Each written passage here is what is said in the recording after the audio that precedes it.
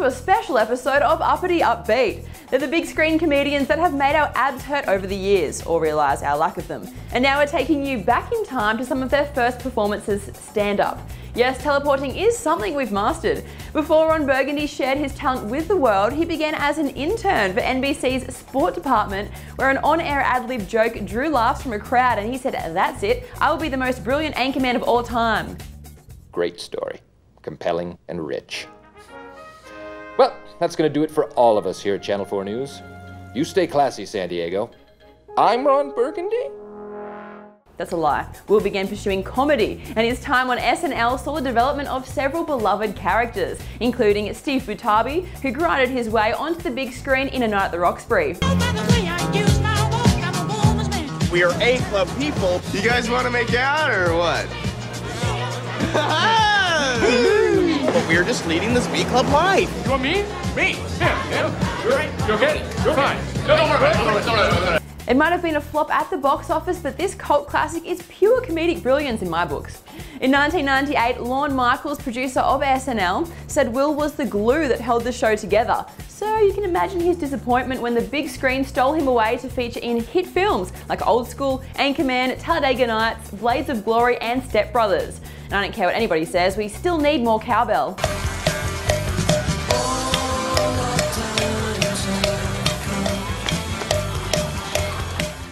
Will followed in the footsteps of Adam Sandler, who literally humped a chair in his meeting with an SNL producer to earn his slot on the legendary show. Unlike Ferrell, Sandler was the class clown, but it wasn't until his bro pointed him in the direction of the Boston Comedy Club at the age of 17 that he discovered his true calling. I don't get that kind of bread right now. I don't have that kind of money, not yet. I will someday, I'm sure, but right now I don't.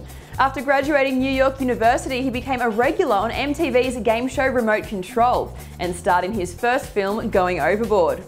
His unique fart joke mentality became even more apparent on SNL from 1990 to 95, before audiences were blessed with Billy Madison, followed by Happy Gilmore, The Wedding Singer, The Waterboy, Big Daddy and Little Nicky. Audiences were wowed by Sandler's more vulnerable side in Punch Drunk Love and 2007's Click, as well as Mike Binder's highly acclaimed Reign Over Me. What's going on, Charlie? Let's hang out. Right now? Yeah, wake up. Come on. Can he go out? Is he allowed out? Don't do that. Don't ask my wife permission for me to go out. You're right. Can you go out? Despite what many of you may think, life for Rowan Atkinson didn't begin with Mr. Bean. While studying for a master's degree in electrical engineering, Rowan performed sketches at Oxford University and in 1979 wrote for and starred in BBC's Not the 9 O'Clock News. In 1981, Atkinson became the youngest performer to have had a one-man show in the West End. Theatrical productions were up next, followed by the hugely popular Blackadder series, and finally in 1990, Mr. Bean.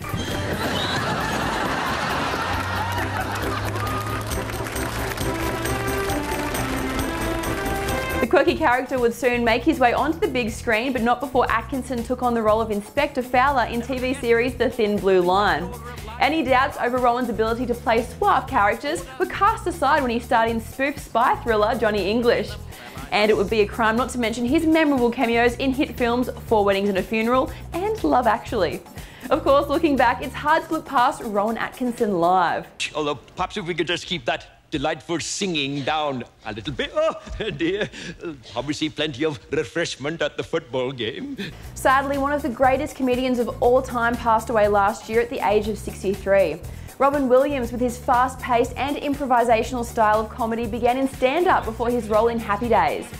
It is this alien character that would land him his own television series, Mork and Mindy. The rest is history. His big screen debut was as Popeye, but the perfect role would appear 7 years later in Good Morning Vietnam. Good morning, Vietnam! Hey, this is not a test. This is rock and roll. Time to rock it from the Delta to the DMZ. It's 0600. What's the O stand for? Oh my God, it's early. His stand-up remained a draw for audiences, but a whole host of film opportunities presented themselves in the 90s. Williams appeared in flicks such as The Fisher King, Hook, Aladdin, Mrs. Doubtfire, Jumanji and Flubber. He earned an Academy Award for Good Will Hunting and in latter years appeared as Teddy Roosevelt in Night at the Museum franchise. Lancelot, at your service. Theodore Roosevelt, President of the United States. I have no idea what that means. Eddie Murphy was voicing characters from a very young age. In fact, his mother said he never talked in his own voice while growing up, instead reverting to personas such as Bugs, Bullwinkle or Sylvester. Hosting a talent show at the age of 15, Eddie was dubbed the most popular boy in school before working as a stand-up comedian with a shoe store job on the side. Eddie made his SNL debut in the 1980 to 81 season and never looked back. Murphy became one of SNL's strongest and most versatile performers. You can still make money. You could sell things, like lemonade. Sure you could. There are lots of things you can sell on the streets. All you have to do is be an entrepreneur. That's our word for the day, boys and girls. In the early 80s, he received a Grammy nomination for an album originally labelled Eddie Murphy Comedian. This was re-released as a 1983 HBO special you may better know as Eddie Murphy Delirious. Ice cream! Ice cream! The ice cream man is coming! The ice cream man is The Beverly Hills Cop franchise began in 1984, further enhancing Eddie's superstar status.